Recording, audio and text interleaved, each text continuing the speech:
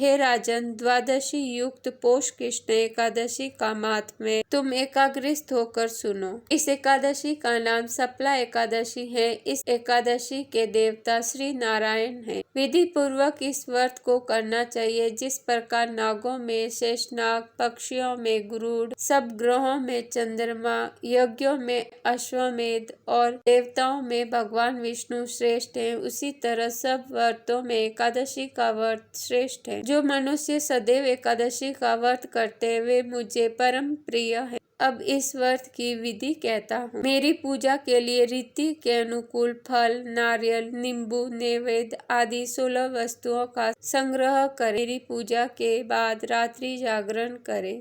इस एकादशी के व्रत के समान यज्ञ, तीर्थ, दान, तप तथा और कोई दूसरा व्रत नहीं है। 5000 वर्ष तप करने से जो फल मिलता है उससे भी अधिक सप्ला एकादशी का व्रत करने से मिलता है। हे राजन, आप इस एकादशी की कथा सुनिए। संपावती नगरी में एक महिष्मान नाम का राजा राज्य करता था। उसके 4 पुत्र थे। उनमें सबसे लुम्पक नाम वाला बड़ा राजपुत्र महापापी था। वह पापी सदा पर स्त्री और वेश्यागमन तथा दूसरे बुरे कामों में अपने पिता का धन नष्ट किया करता था। सदैव ही देवता, ब्राह्मण, वैष्णवों की निंदा किया करता था। जब राजा को अपने बड़े पुत्र के ऐसे कुकर्मों का पता चला तो उन्होंने उसे अपने राज्य से निकाल दिया। तब वह विचारने लगा कि कहाँ जाऊं, क्या करूं। अंत में उसने चोरी करने का निश्चय किया। दिन में वह वन में रहता और रात्रि को अपने पिता की नगरी में चोरी करता तथा प्रजा को तंग करने और उन्हें मारने का कुकर्म करता। कुछ समय बाद सारी नगरी भयभीत हो गई। वह वन में रहकर पशु आदि को मारकर खाने लगा।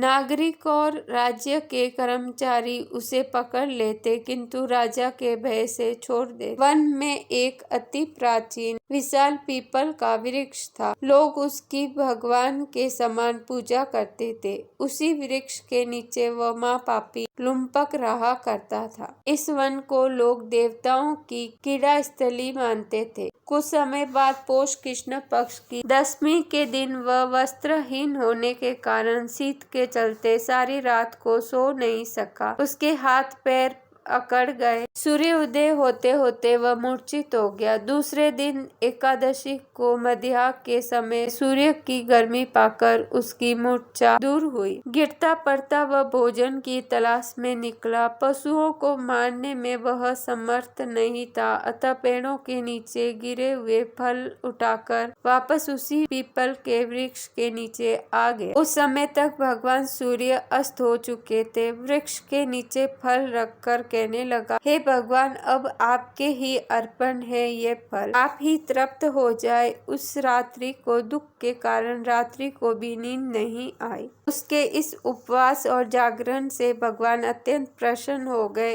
और उसके सारे पाप नष्ट हो गए। दूसरे दिन प्रातः एक अति सुंदर घोड़ा अनेक सुंदर वस्तुओं से सजा हुआ उसके सामने आकर खड़ा हो गया। उसी समय आकाशवाणी हुई कि हे राजपुत्र, श्री नारायण की कृपा से तेरे पाप नष्ट हो गए। अब तू अपने पिता के पास जाकर राज्य प्राप्त कर। ऐसी वाणी सुनकर वह अत्यंत प्रसन्न हुआ और दिव्य वस्त्र धारण करके भगवान आपकी जय हो कहकर अपने पिता के पास गया। उसके पिता ने प्रसन्न होकर उसे समस्त राज्य का भार सौंप दिया और वन की ओर निकल गए। अब लुम्पक शास्त्रानुसार राज्य करने लगा। उसके स्त्री पुरुष आदि सारा कुटुंब भगवान नारायण का परम भक्त हो गया। वृद्ध होने पर वह भी अपने पुत्र को राज्य का भार सौंपकर वन में तपस्या करने चला गया और अंत समय में वैकुंठ को प्राप्त हुआ। अतः जो मनुष्य इस परम पवित्र सप्ला एकादशी का व्रत करता है उसे अंत में मुक्ति मिलती है। जो नहीं करते वे पूंछ और सींगों से रहित पशुओं के समान हैं। इस सप्ला एकादशी के महात्म्य को पढ़ने से